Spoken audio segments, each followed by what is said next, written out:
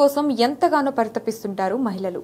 కానీ అనారోగ్యకరమైన జీవనశైలి, ప్రత్యుత్పత్తి వ్యవస్థలో సమస్యల కారణంగా కొంతమంది మాతృత్వానికి దూరం అవుతున్నారు.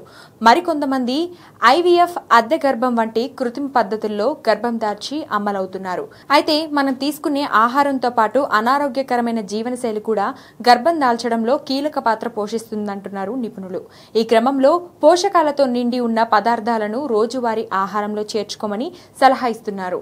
అండం నాణ్యత పెంచే యాంటీ ఆక్సిడెంట్లు గర్భం దాల్చాలంటే అండం విడుదలవ్వడం ఎంత ముఖ్యమో దాని నాణ్యత కూడా అంతే ముఖ్యం.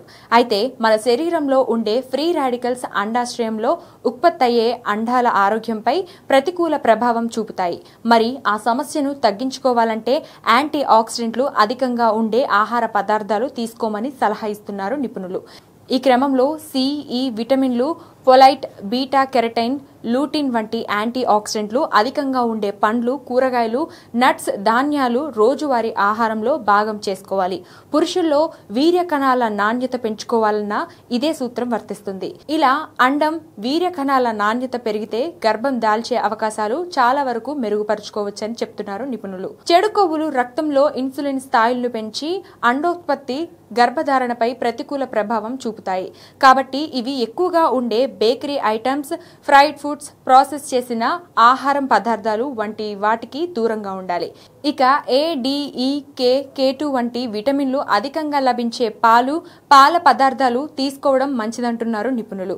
ఎందుకంటే ఇందులో ఉండే మంచి కొవ్వులు సంతాన సమస్యల్ని క్రమంగా దూరం చేసి గర్భధారణను ఫలవంతం చేస్తుందట.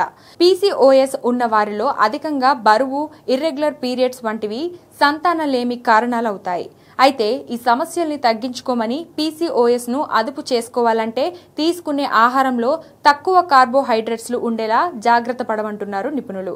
తద్వారా శరీరంలో ఇన్సులిన్ స్థాయిలు అదుపులో ఉంటాయి. నెలసరి కూడా క్రమంగా వస్తుంది. PCOS కంట్రోల్ అవుతుంది. ఇవన్నీ జరిగితే సంతానానికి నోచుకోవడం పెద్ద కష్టమేమీ కాదంటున్నారు నిపుణులు.